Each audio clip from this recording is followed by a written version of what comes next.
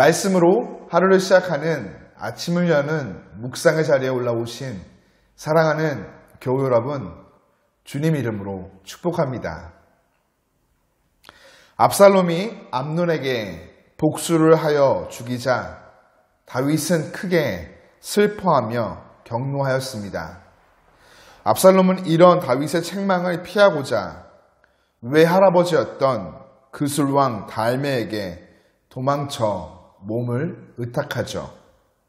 그리고 3년의 시간이 흘렀습니다. 암논의 죽음으로 슬퍼하던 마음도, 압살롬의 살인 때문에 분노했던 마음도 다윗에게서 어느 정도 가라앉게 되었죠.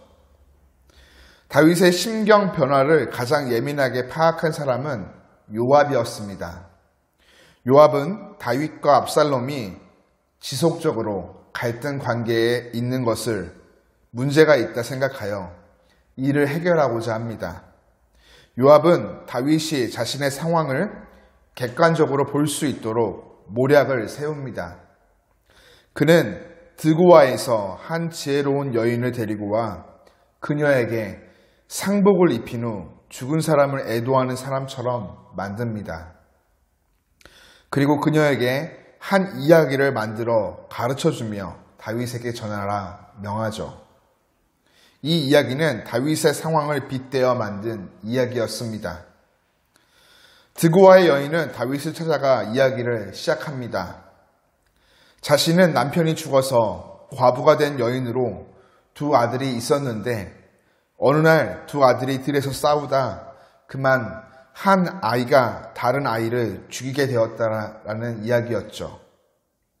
아들이 죽은 것으로도 슬픈데 온 집안 사람들이 자신에게 찾아와 형제를 죽인 아들을 내놓으라, 죽은 형제의 원수를 갚고 살인자를 죽이겠다 요청한다는 것이었습니다.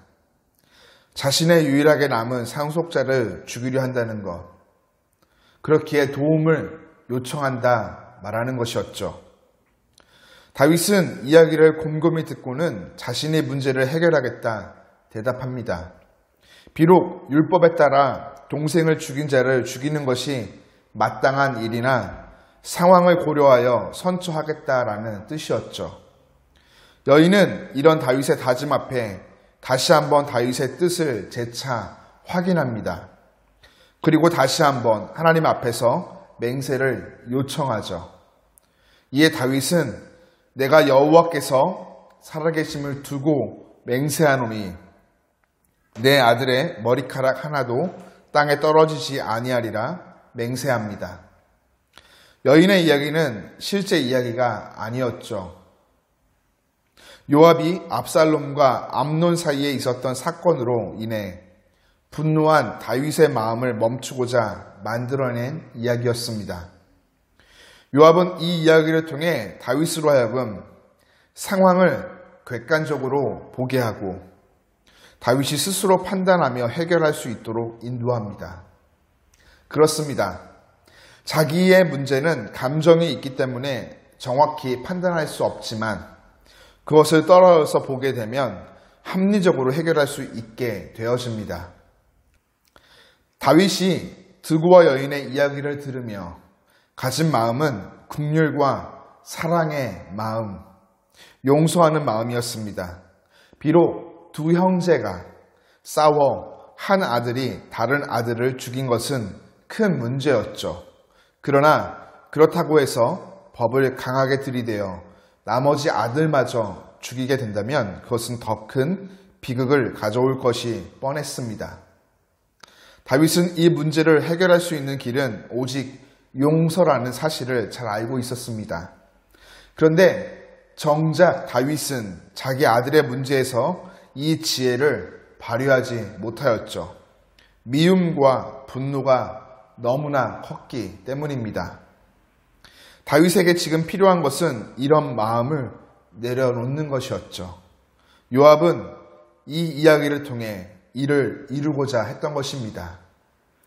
우리도 때때로 바른 길을 판단할 줄 알면서 미움과 분노 그리고 여러 감정들 때문에 그 길을 제대로 찾아가지 못할 때가 있습니다.